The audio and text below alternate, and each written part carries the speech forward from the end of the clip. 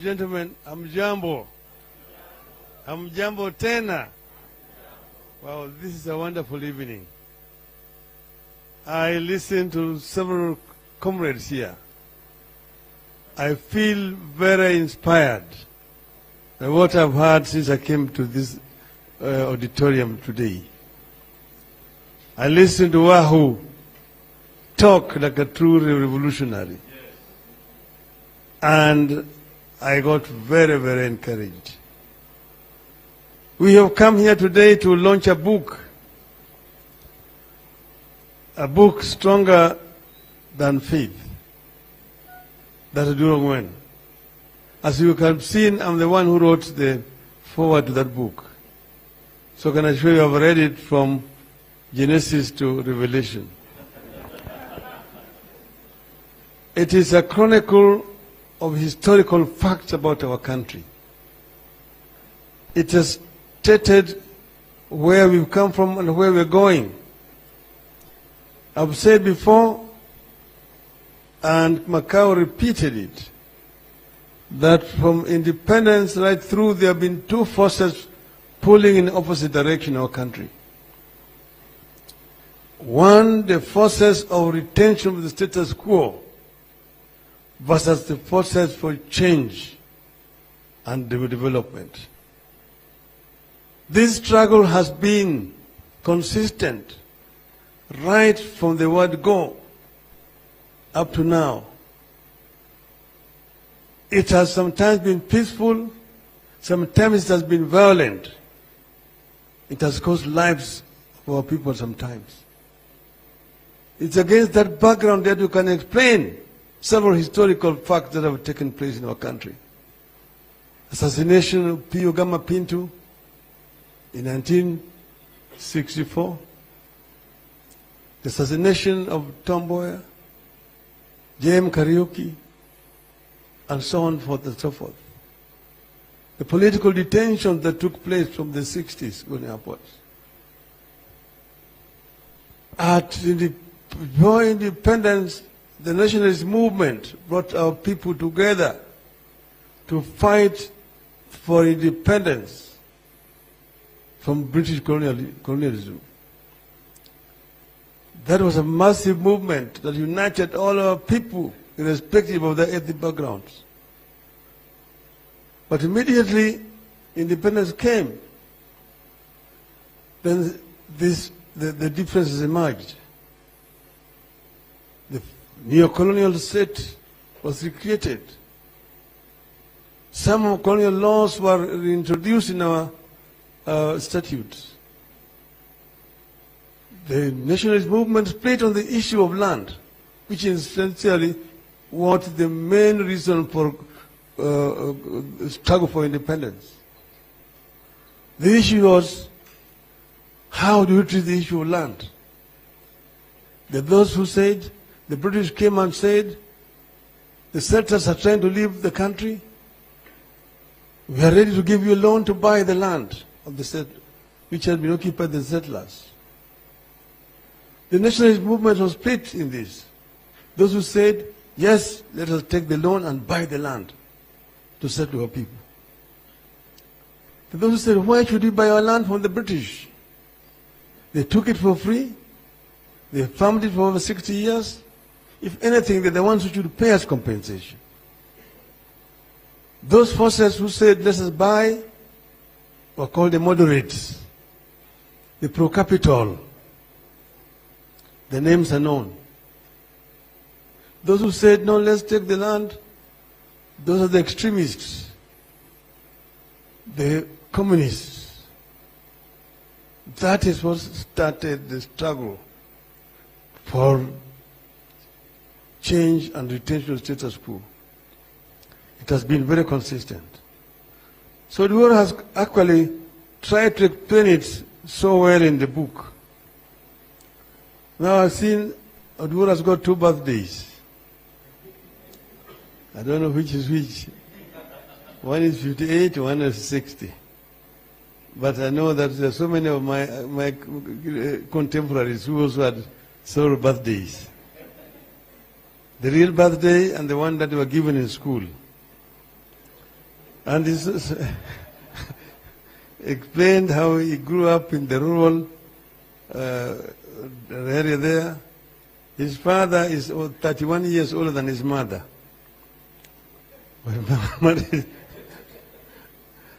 All the same. And he was a Christian who was allowed, because of mutations, to marry in church, although he married more than one wife. And all of them was married them in the church. He has explained that story very well in the book. Then he has come to now the struggle for change. How an event here in Nairobi inspired a young schoolboy who was going to high school to become a revolutionary. The assassination of J.M. Kariuki in Nairobi. It was triggered him to become a revolutionary. But at that time when J.M. was being killed, several things were happening here.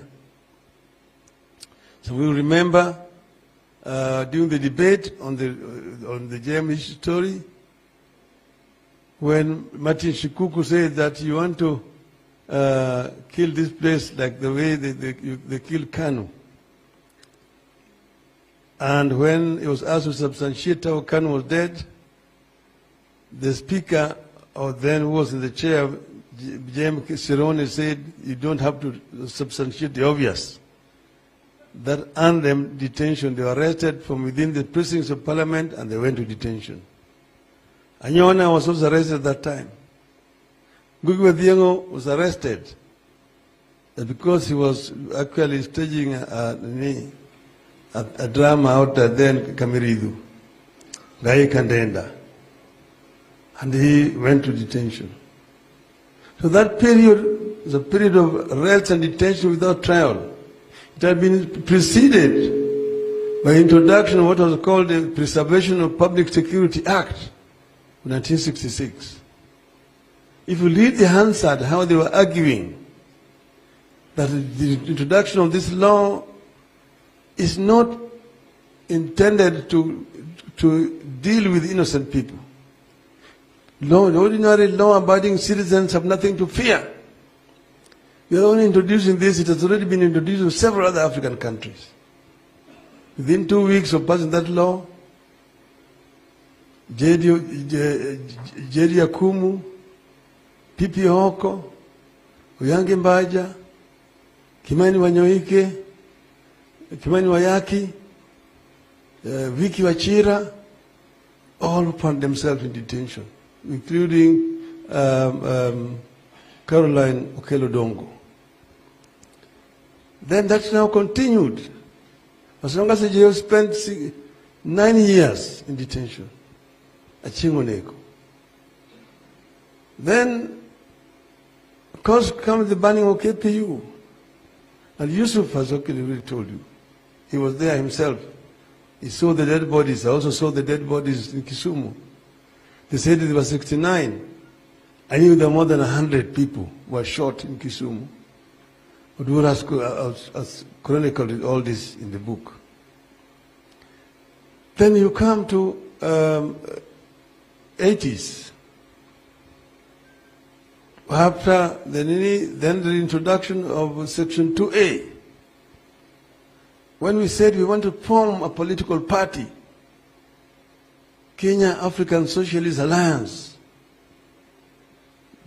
we had already drafted the constitution, manifesto. We are going to launch. Juja Nywana was arrested in the morning, taken to detention.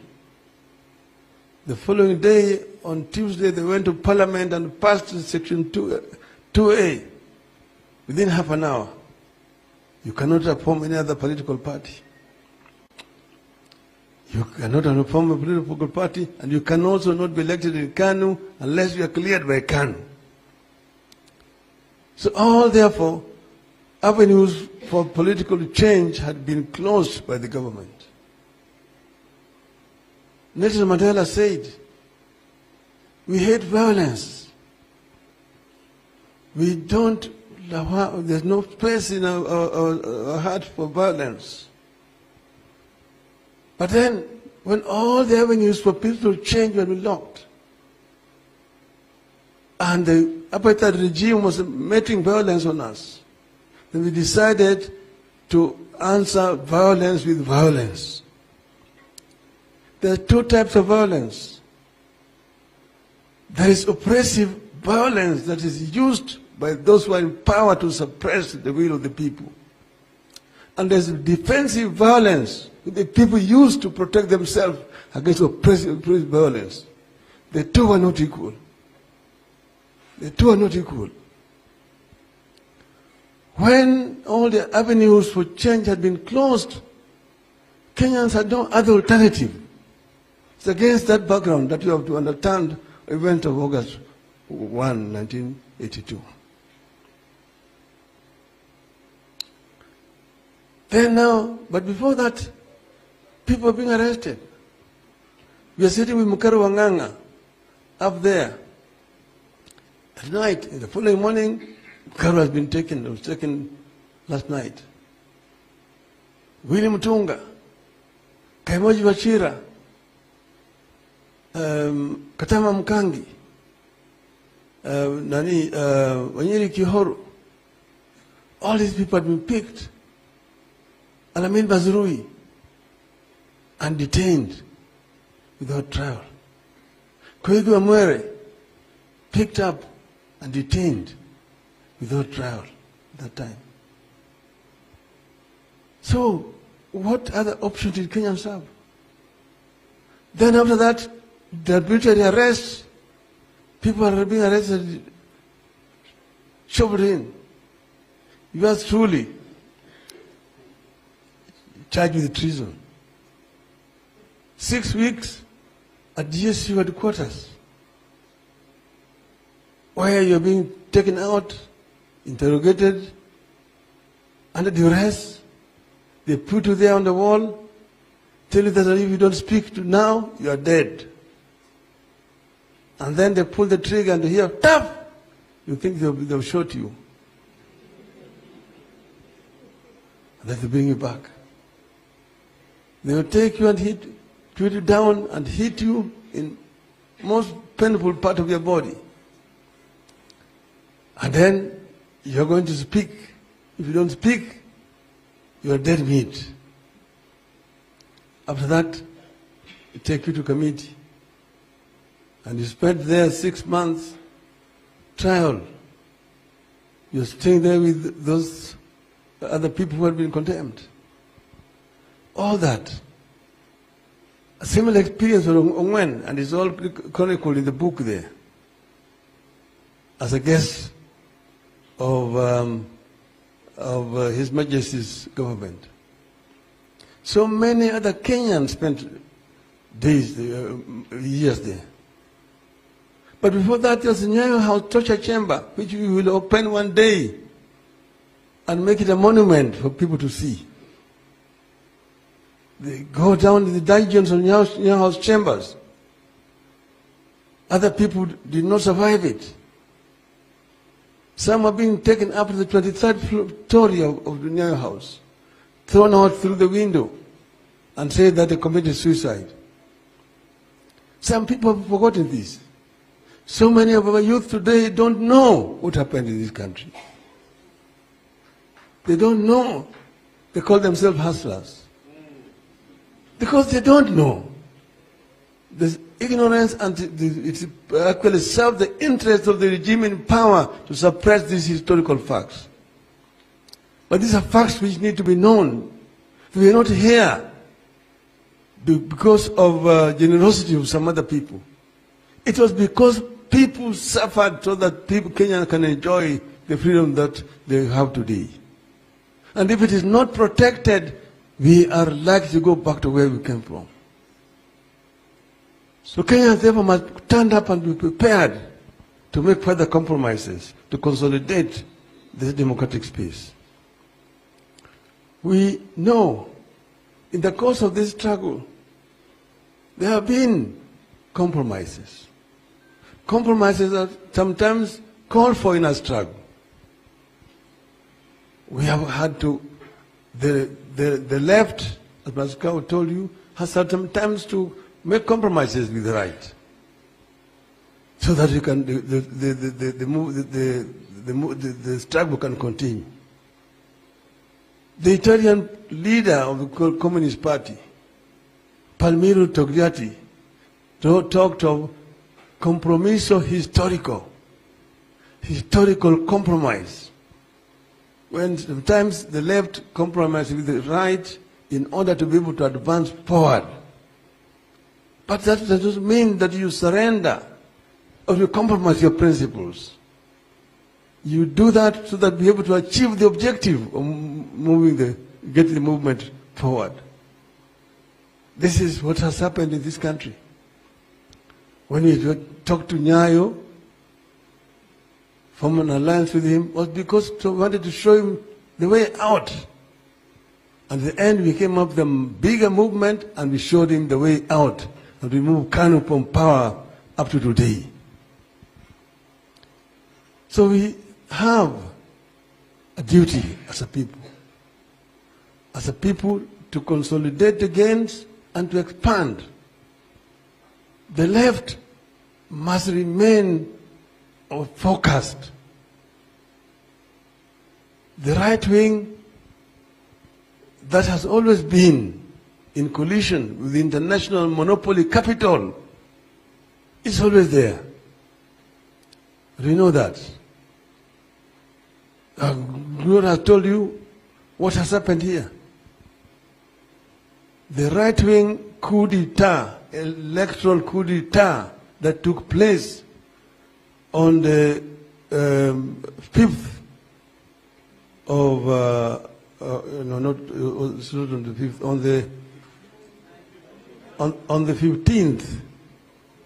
on the 15th of August. You saw the chairman of the Electoral Commission running like a thief to go and announce the results. And the bigger part of the commission is saying, no, these are not the results. The international community cannot condemn that kind of action. Why? Because they knew what was happening. It can only happen in Africa. It cannot happen in Europe. It cannot happen in the United States. It is only here is where the chairman of Electoral Commission goes alone. He's a chairman of 7 commissioners. But he goes alone there to announce the results, and then they say he's the hero of the day. Instead of saying he's the devil of the day. So we have a job to do. What option do you have?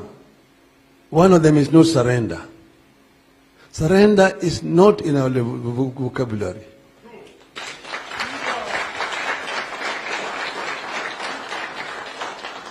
You must say that, as we are saying, that the African democratization project must move on.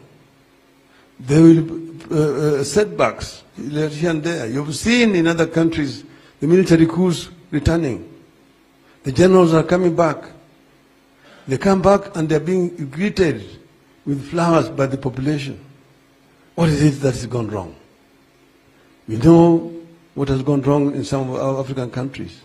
But that does not mean that we surrender. We must just regroup and move on. Because Africa has great potential. The richest continent in terms of resources is also the poorest.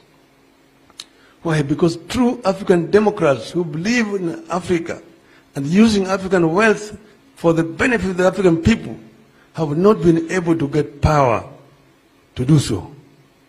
And the international monopoly capital is not comfortable. When you're talking about making Kenya a manufacturing hub to supply the whole of the Eastern and Central African region, those people are not happy with you. That is the language they don't want to hear. When you're talking about beneficiation, value addition to local raw materials, so that you don't export bauxite, you export aluminum products. You don't export copper ore, you export copper products, including cables. You don't export iron ore, you export steel. You don't export, there's coffee seeds, you talk processed coffee, and so on and so forth. That is going to competition against international monopoly capital. And that is the problem that we are going through. That is the reason why they don't want us to go in there.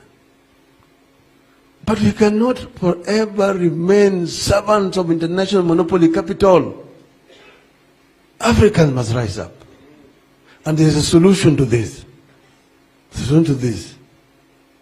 Those stooges don't look at this, what's happening here. Basically, stooges have been used. But if this does not work, this other one will work. And we know what will work. That's why we are saying that, comrades, there's still work to do. It is work in progress. Comrades must come together, gather together and move forward. Victory is coming. Victory is certain. We have a right. When those days when the land was more fierce, the lion had the claws and the teeth to bite. We were able to confront that lion. Now we have got Simba Kibogoyo.